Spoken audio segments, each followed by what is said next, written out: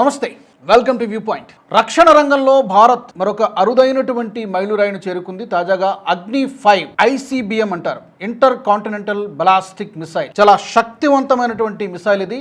దీన్ని విజయవంతంగా ప్రయోగించింది రీసెంట్గానే ఒడిశాలోని బాలాసూర్ నుంచి కూడా సక్సెస్ఫుల్గా దీన్ని ప్రయోగించామని చెప్పి మన భారత ప్రభుత్వం కూడా ప్రకటించింది. ఆ విజువల్ని కూడా నేను మీకు చూపిస్తున్నాను స్క్రీన్ పైన, అది కూడా చూడొచ్చు.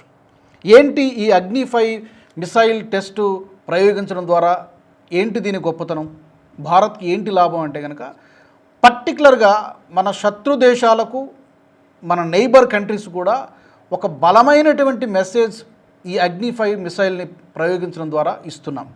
నెంబర్ 1, చైనాకి ఇదొక వార్నింగ్, చాలా స్ట్రాంగ్ వార్నింగ్ ఇది. రెండోది, పాకిస్తాన్కి కూడా హెచ్చరికనే.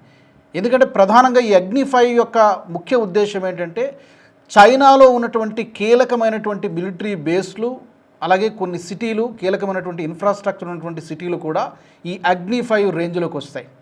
అసలు చూద్దాం ఈ అగ్ని-5 ప్రత్యేకతలు ఏంటి, దీని రేంజ్ ఏంటి, స్పీడ్ ఏంటి, ఎందుకు అంత కీలకం at this point of time, ఈ రోజున లేదా రాబోయే రోజుల్లో భవిష్యత్తులో ఏమైనా యుద్ధాలు జరిగితే ఈ అగ్ని-5 మనకి ఎందుకు అంత కీలకం మన రక్షణ రంగానికనే చూద్దాం. ఫస్ట్ ఆఫ్ ఆల్ దీని రేంజ్ చూస్తే 5,000 నుంచి 5,500 కిలోమీటర్ల దూరంలో ఉన్నటువంటి లక్ష్యాలను ఇది ఛేదించగలదు. ఇంకా అది డిఫెన్స్ ఎక్స్పర్ట్స్ చెప్తున్నది. ఇంకా మరికొంచెం కనుక దాని కెపాసిటీని పెంచగలిగితే మరొక 6,000-7,000 కిలోమీటర్ల దూరంలో గల లక్ష్యాలను కూడా ఇది కొట్టగలదని చెప్తున్నారు. బట్ అఫీషియల్గా డిక్లేర్ చేసింది మాత్రం 5,000 నుంచి 5,500 కిలోమీటర్ల దూరంలో ఉన్నటువంటి టార్గెట్స్ని ఈ అగ్ని-5 కొట్టేస్తుంది. ఎందుకంటే మొత్తం డేటా ఎప్పుడు కూడా పూర్తిగా చెప్పరు. దాని కెపాసిటీ ఇంకా మరొక 1,000 కిలోమీటర్స్ లేదా 2,000 కిలోమీటర్లు ఎక్కువగానే ఉంటుంది. బట్ మొత్తం రివీల్ చేయడం అనేది చేయరు. ఏ కంట్రీ అయినా కూడా అంతే, ఈవెన్ చైనా అయినా అంతే, అమెరికా కూడా అంతే. సో అఫీషియల్గా అనౌన్స్ చేస్తున్నది 5,005 కిలోమీటర్లు. ఇక స్పీడ్ చూద్దాం. స్పీడ్ అనేది 20 మ్యాక్ నుంచి 24 మ్యాక్ అంటారు. అంటే శబ్దం కంటే, ధ్వని కంటే 20 రెట్లు వేగంతో ఇది దూసుకెళ్తుంది. అంటే ప్రత్యర్థికి దాన్ని ఇంటర్సెప్ట్ చేయడం అనేది ఆల్మోస్ట్ ఇంపాసిబుల్. సో అది దీని యొక్క అగ్ని-5 యొక్క ప్రత్యేకత. అంటే చూడండి, శబ్దం ఎంత వేగంగా వెళ్తుందో మనకు తెలుసు, దానికి మించి 24 రెట్లు వేగంతో ఇది దూసుకెళ్తుంది. చాలా లో ఆల్టిట్యూడ్లో వెళ్ళడంతో ఈవెన్ ఆ రేడార్లకు చిక్కదు, శత్రువు దీన్ని పసిగట్టే లోపే టార్గెట్ కొట్టేస్తుంది. సో అంత వేగంతో ఇది దూసుకెళ్తుంది. సో స్పీడ్ గురించి మాట్లాడుకున్నాం, రేంజ్ గురించి మాట్లాడుకున్నాం.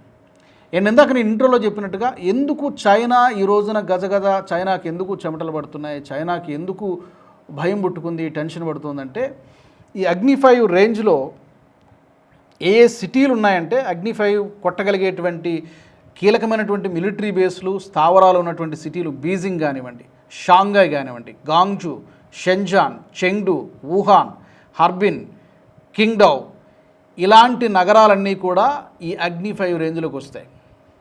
సో మనం కావాలంటే దీని ఉద్దేశం ఏంటంటే యుద్ధం చేయడం ఉద్దేశం కాదు, ఇంత క్యాపబిలిటీ, ఇంత శక్తి మా దగ్గర ఉన్నది చూసుకోసమా అని ప్రత్యర్థికి తెలియజేయడమే ఉద్దేశం. కాబట్టి దుస్సాహసం చేయకండి, చేస్తే మా దగ్గర అస్త్రాలు రెడీగా ఉన్నాయి అని చెప్పి చైనాకు తెలియజేయడమే ఈ అగ్ని-5 మిసైల్ టెస్ట్ యొక్క ప్రధానమైనటువంటి ఉద్దేశంగా కనబడుతోంది.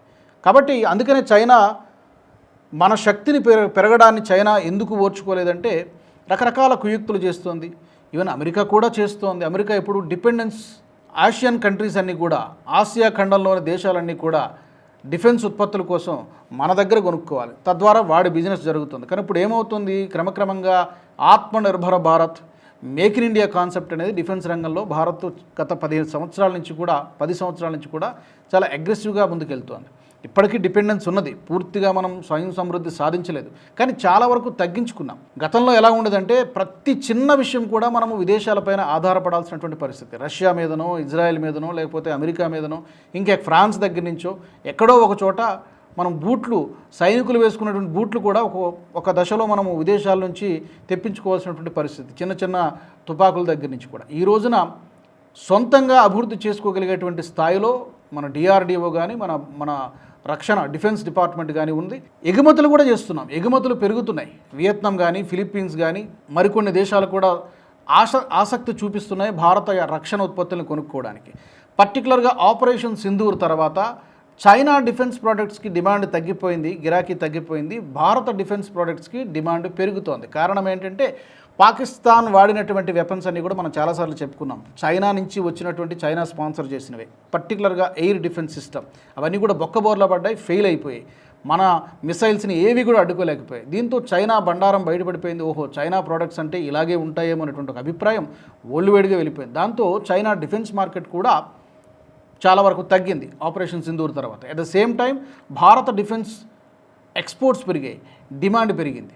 సో కమింగ్ టు అగ్ని-5, చైనా ఎందుకు ఇంతగా భయపడుతోందంటే పొలిటికల్, రాజకీయ, ఆర్థిక, మిలిటరీ కేంద్రాలన్నీ కూడా స్ట్రాటజిక్ రీచ్లోకి వస్తాయి, మన రేంజ్లోకి వస్తాయి. సో ఎక్కువ తక్కువ చేస్తే మిమ్మల్ని కొట్టగలం సుమా అని చెప్పి ఒక చైనాకి ఒక స్ట్రాంగ్ మెసేజ్ వెళ్తుంది. ఇక పాకిస్తాన్ విషయానికి వద్దాం. పాకిస్తాన్ కొట్టడానికి నిజానికి అగ్ని-5 కాకుండా మన దగ్గర వేరే మిసైల్స్ కూడా ఉన్నాయి. ఇప్పుడు దీని ప్రత్యేకత ఏంటంటే న్యూక్లియర్ క్యాపబిలిటీ ఉన్నటువంటి మిసైల్స్ అని కూడా చెప్తూ ఉన్నారు. న్యూక్లియర్ మిసైల్స్ని కూడా ఇది ప్రయోగించగలదు అని చెప్తున్నారు. పాకిస్తాన్లో ఉన్నటువంటి ప్రతి మూల కూడా, లాహోర్, ఇస్లామాబాద్, రావల్పిండి, ఎవ్రీ కార్నర్, ప్రతి కార్నర్ కూడా దేశం మొత్తం కూడా పరిధిలోకి వస్తుంది. చైనా మొత్తం రాదు, కీలకమైనటువంటి నగరాలు అగ్ని-5 రేంజ్లోకి వస్తాయి. బట్ పాకిస్తాన్ అలా కాదు, పాకిస్తాన్ పక్కనే ఉంది కాబట్టి పాకిస్తాన్ దేశం మొత్తం కూడా అగ్ని-5లోకి వస్తుంది. మనం ఒక బటన్ నొక్కితే చాలు పాకిస్తాన్లోని ఎక్కడ ఏ మూలన ఉన్నటువంటి టార్గెట్ అయినా కూడా కొట్టేయచ్చు. అది అగ్ని-5 రేంజ్. అందుకని పాకిస్తాన్ నేచురల్గానే భయపడుతుంది, చైనా కూడా భయపడుతుంది. ఇక బంగ్లాదేశ్ గురించి మనం ఎక్కువగా మాట్లాడాల్సినటువంటి అవసరం లేదు. అది చాలా నెగ్లిజిబుల్ ఎనిమీ, అంతగా మనం వాళ్ళ దగ్గర అంత క్యాపబిలిటీ ఏం లేదు. సో ఈ అగ్ని-5 మిసైల్ టెస్ట్ చేయడం ద్వారా 2 దేశాలకి డైరెక్ట్ వార్నింగ్ ఇచ్చినట్టయింది. ఒకటి చైనా, 2 పాకిస్తాన్. తర్వాత దీనిపై ఎందుకు డిఫెన్స్ సర్కిల్స్లో చర్చ జరుగుతుందంటే MIRV టెక్నాలజీ దీనికి ఉంది అని చెప్తున్నారు. అంటే multiple independently targetable reentry vehicle అంటారు. అంటే ఒకే మిసైల్ నుంచి అనేక వార్హెడ్లు, న్యూక్లియర్ వార్హెడ్లు, వేరు టార్గెట్లని ఇది కొట్టగలదు. ఒక మిసైల్ ద్వారా మల్టిపుల్ టార్గెట్స్ని కూడా కొట్టగలదని చెప్పి డిఫెన్స్ ఎక్స్పర్ట్స్ చెప్తున్నారు. సో దీని శక్తి సామర్థ్యాలు, దీని స్పీడు, దీని రేంజ్ చూసిన తర్వాత డిఫెన్స్ సర్కిల్స్లో దీని గురించే చర్చించుకుంటూ ఉన్నటువంటి పరిస్థితి. దీన్ని ఎలా ఇంటర్సెప్ట్ చేయాలి?